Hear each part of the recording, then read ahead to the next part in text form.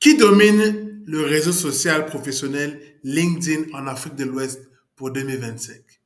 Salut à tous, je suis Chedjou Kamdem, éducateur en community management, mais également auteur, formateur et enseignement dans le community management, encore appelé le social media marketing.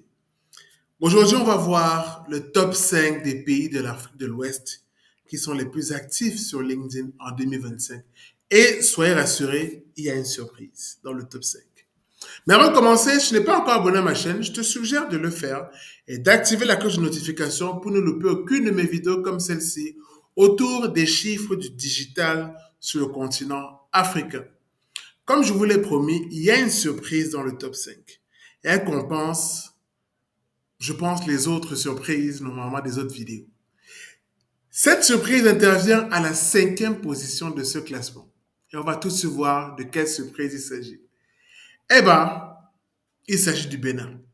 Oui, parce que dans les autres top 5 que vous avez pu voir dans mes vidéos sur YouTube autour de l'Afrique de l'Ouest, on a généralement le Burkina Faso ou le Mali à la 5e position. Mais pour LinkedIn, le Bénin est là et fait sa place depuis quelques années déjà dans le top 5 des pays de l'Afrique de l'Ouest sur LinkedIn. Ça montre à quel point l'importance de cette plateforme LinkedIn sur le pays qu'on appelle le Bénin, notamment à Porto Novo et à Cotonou. On a souvent coutume de dire que les Béninois font beaucoup d'études, et c'est vrai, et c'est vrai.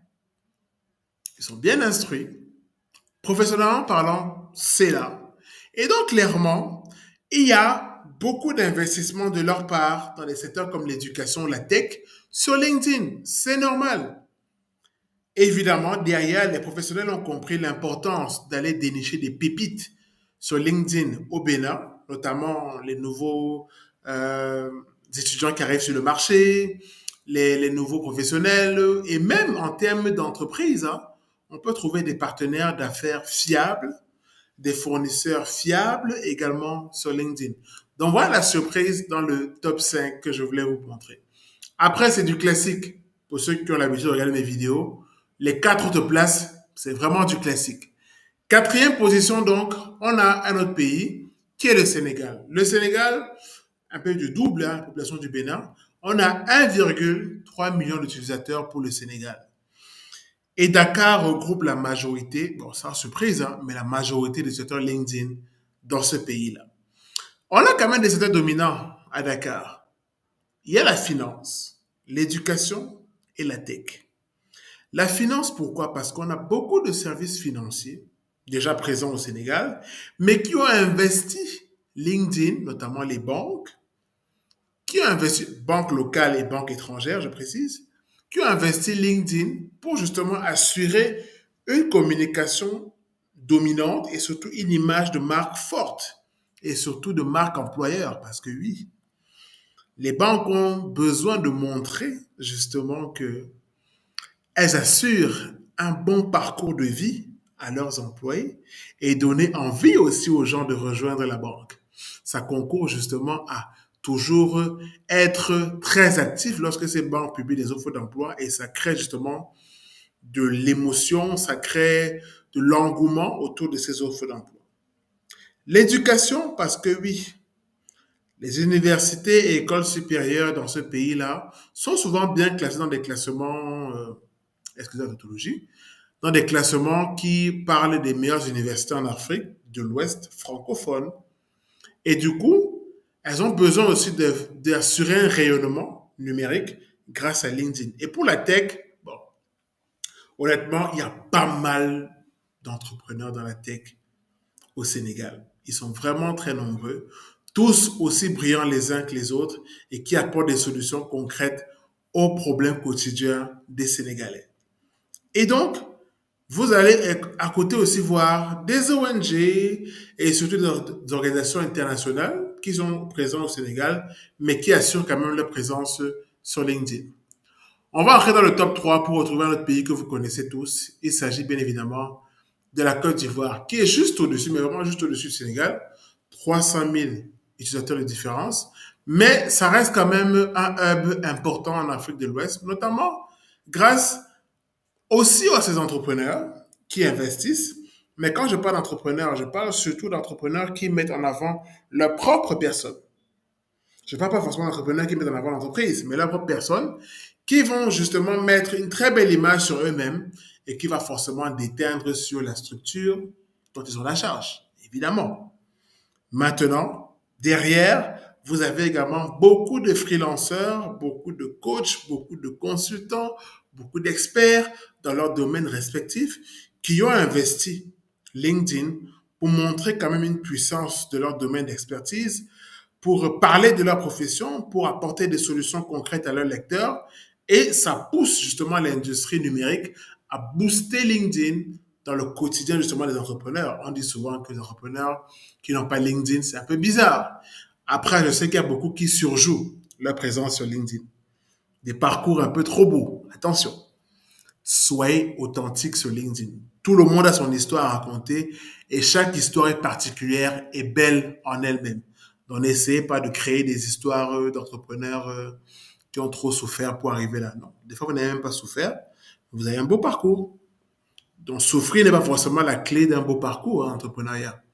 Donc, raconter des belles histoires, mais des histoires authentiques. Le top 2 maintenant. Deuxième position, eh bien, on a le Ghana. Le Ghana ici, avec sa jeunesse connectée, présente également beaucoup de bons scores sur LinkedIn avec quand même 3 millions de personnes. Dakar est vraiment le carrefour et le moteur des startups de ce pays-là, et même en Afrique de l'Ouest. Parce que oui, dans le pays, il est souvent cité comme étant l'une des places fortes des startups en Afrique et aussi en Afrique de l'Ouest. Donc, l'environnement aidant, ça pousse aussi leur communication, leur visibilité sur LinkedIn, qui est vraiment le lieu pour montrer l'expertise professionnelle de ces startups-là. Et un peu comme en Côte d'Ivoire, on a encore des secteurs qui reviennent, mais là, on a la tech, la finance, l'éducation. Et c'est très important de comprendre ces secteurs clés parce que ça vous montre un peu les professionnels qui ressortent rapidement sur LinkedIn dans ces pays-là et qui sont vraiment actifs et qui nous montrent à quel point il faut être visible professionnellement parlant. Je ne dis pas que aller sur Facebook, c'est mauvais ou sur YouTube, hein, comme je le suis. Mais à chaque plateforme, son format. Et LinkedIn s'est clairement démarré comme étant le réseau social professionnel. Ça veut dire que on est là, on recherche à accueillir des professionnels. Qu'importe le domaine d'activité, LinkedIn recherche d'abord des professionnels. Donc, pourquoi pas ne pas investir sur ce réseau social-là? Donc, numéro 2, c'est le Ghana, 3 millions d'utilisateurs. Le numéro un, aucune surprise, vraiment aucune surprise, eh ben, c'est le Nigeria. 11 millions d'utilisateurs, c'est beaucoup. Quand je dis c'est beaucoup, parce que l'Afrique du Sud, qui est numéro un sur LinkedIn en Afrique, numéro un, c'est vraiment une surprise parce que en temps normal, c'est l'Égypte qui domine la plupart des réseaux sociaux. Mais sur LinkedIn, l'Égypte est numéro 2, devant le Nigeria. Mais derrière l'Afrique du Sud, avec ses 16 millions, je pense bien, d'utilisateurs en 2025. Donc, entre 11 millions et 16 millions, vous comprenez que le Nigeria titille quand même les sommets de LinkedIn en Afrique et logiquement est le numéro un en Afrique de l'Ouest. C'est logique. Évidemment, derrière, au-delà de l'aspect des industries créatives, hein, Nollywood, Naija et même la mode des influenceurs, on a beaucoup de professionnels sur LinkedIn. Eh bien, vous savez forcément que les grands entrepreneurs du Nigeria, que l'on connaît tous, hein, Aliko Dangote, Tony Elumelu, UBA, etc., ont investi ces plateformes à travers leur entreprise et surtout derrière traînent avec eux d'autres professionnels qu'ils ont employés, qui sont aussi mis en avant sur ces plateformes-là.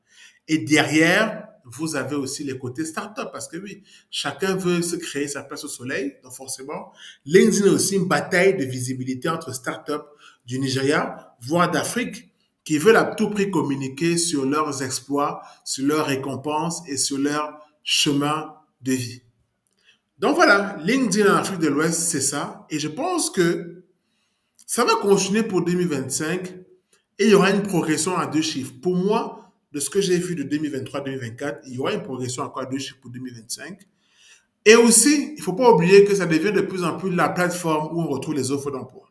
On retrouve certes sur Facebook et ailleurs, mais avec la présence massive des marques qui vont investir sur LinkedIn, elles vont comprendre l'importance de rechercher d'abord des candidats qualifiés sur LinkedIn, surtout qu'il y a un processus de recrutement assez simplifié, je trouve, sur LinkedIn. Et puis, on aura à côté également de nouveaux secteurs, hein, que ce soit énergie renouvelable ou encore dans l'agri-tech qui vont émerger sur cette plateforme-là. Donc voilà ce qu'on peut retenir de l'Afrique de l'Ouest sur LinkedIn en 2025 avec en tête le Nigeria. Donc voilà, dites-moi ce que vous avez pensé de la vidéo en commentaire. Je vous lirai avec beaucoup de gourmandise et on se retrouve très vite pour une autre vidéo autour des chiffres digitales en Afrique.